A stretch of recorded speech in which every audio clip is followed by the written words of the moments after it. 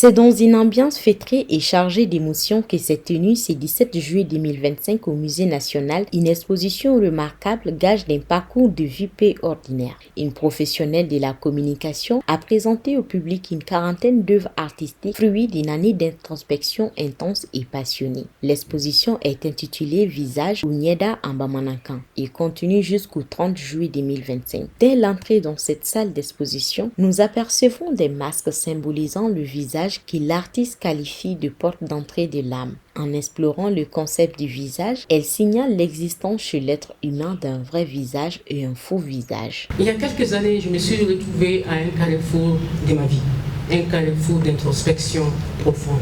Et pendant presque une année, j'étais en prise de recul, même vis-à-vis de ma famille, vis-à-vis des amis, vis-à-vis de toutes les personnes que je chéris, que j'aime de façon générale. Et cette année d'introspection m'a permis de me remettre en cause et de remettre en cause des alliances, les liens, les amitiés, les fraternités.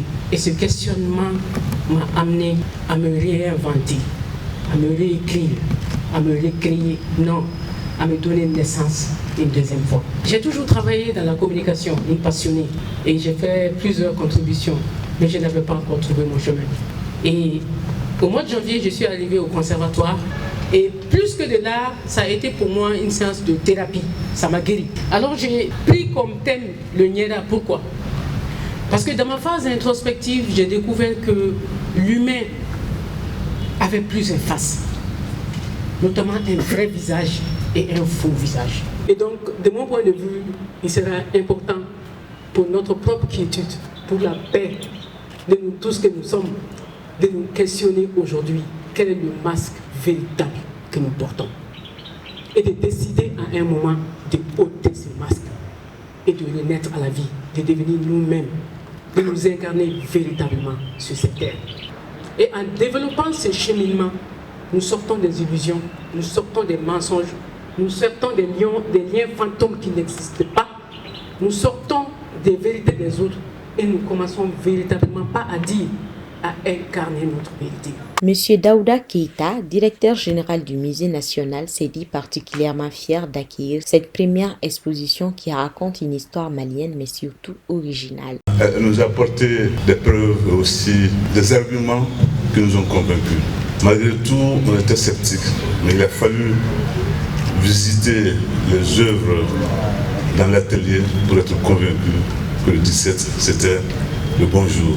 Le bonjour parce qu'aujourd'hui aussi nous fêtons l'anniversaire de notre artiste. Avec ses yeux qui brillent d'une flamme nouvelle, Maï Nyaré nous confie sa sensibilité artistique mais qui était comme enfouie dans les impératifs de la vie professionnelle. Ces virages artistiques marquent pour elle une exploration de la vie et pour se reconnecter à ses aspirations profondes. Ce qui est fascinant dans ce parcours, c'est la naissance d'une artiste. De la communication à l'expression artistique, nous avons aperçu une transition naturelle. Si ces deux univers peuvent sembler éloignés, l'artiste y voit une continuité logique. La communication n'est pas loin de l'art, hein. Vous pensez, non? La communication, il y a par exemple le design, il y a la créativité. Chaque humain n'a pas qu'un don, en a plusieurs. Mais les conditionnements de notre société font que les dons se bloquent. À sa première période de création, mais frénétique, l'artiste se sentait hésitante, presque timide. Puis peu à peu, les couleurs sont devenues plus vives, les traits plus assurés. En moins de 3 mois, elle a produit plus d'une quarantaine d'œuvres, principalement des masques qui retracent le cheminement de l'humain, explorant le parcours terrestre de la naissance à l'illumination. Je faisais d'autres toiles que je n'ai pas exposées ici. La production véritable de ces œuvres, ça a duré moins de 3 mois. Donc je suis retournée dans Melekani et Demsani. J'explore la vie, je touche à tout. Par exemple, j'étais dans la peinture, je me suis retrouvée dans la sculpture, mais je n'ai pas planifié. Melekani, c'est l'étape où on est jovial, pur, simple. Demsani, c'est l'étape d'exploration. Un enfant veut ouvrir tout, touche à tout, casse tout. Donc on explore, on touche, on veut palper et connaître les choses. Mais aussi, c'est la période d'insécurité, de danger. Parce qu'en faisant ça, on se met en danger. L'étape de Kamaleni et Sunguni. Et ça, c'est l'étape où on va dompter les félins. On passe à la vitesse supérieure.